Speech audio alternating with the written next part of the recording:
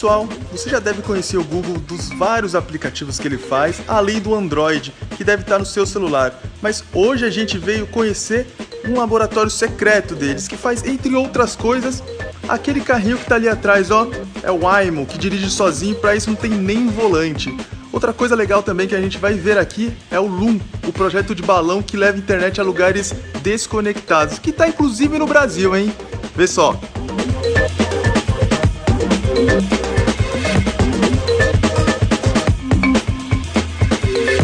The most important thing that we start with is a huge problem in the world that affects millions or billions of people.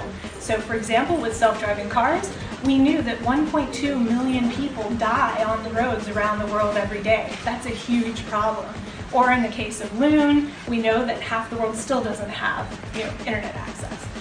We were able to take our navigation algorithms and move the balloons above the people who needed connectivity, and we've been providing service there over the past 7 weeks, 2 months.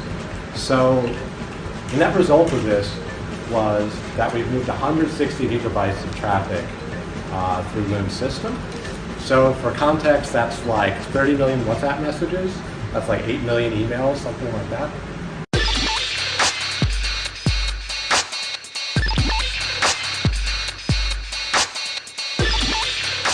We know that, in times like these, it can be, basic connectivity is important for people. It can be really useful to get online and figure out what to do to stay safe, or like what's going on around you. It's really important to be able to get in touch with your loved ones and send a message and say like, yeah, we're okay. This is what's going on.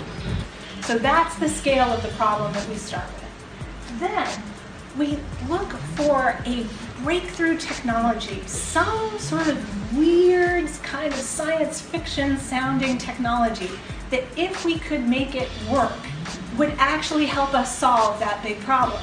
And in the case of self-driving cars, that's software and a suite of sensors that could actually make the car drive itself.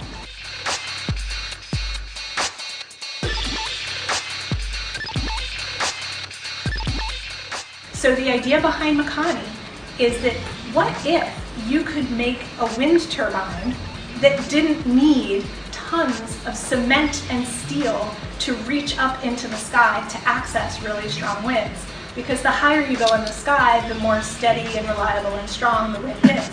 So Makani is basically it's like a big airplane, but just the wings, and it has rotors along the wings, and it takes off like a helicopter, flies up to 1,000 feet, and then begins doing loops in the sky.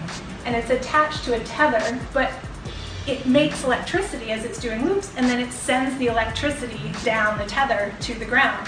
We hope that someday that could open up many more opportunities for gathering wind energy, and maybe someday we can get this thing called climate change a little bit more under control.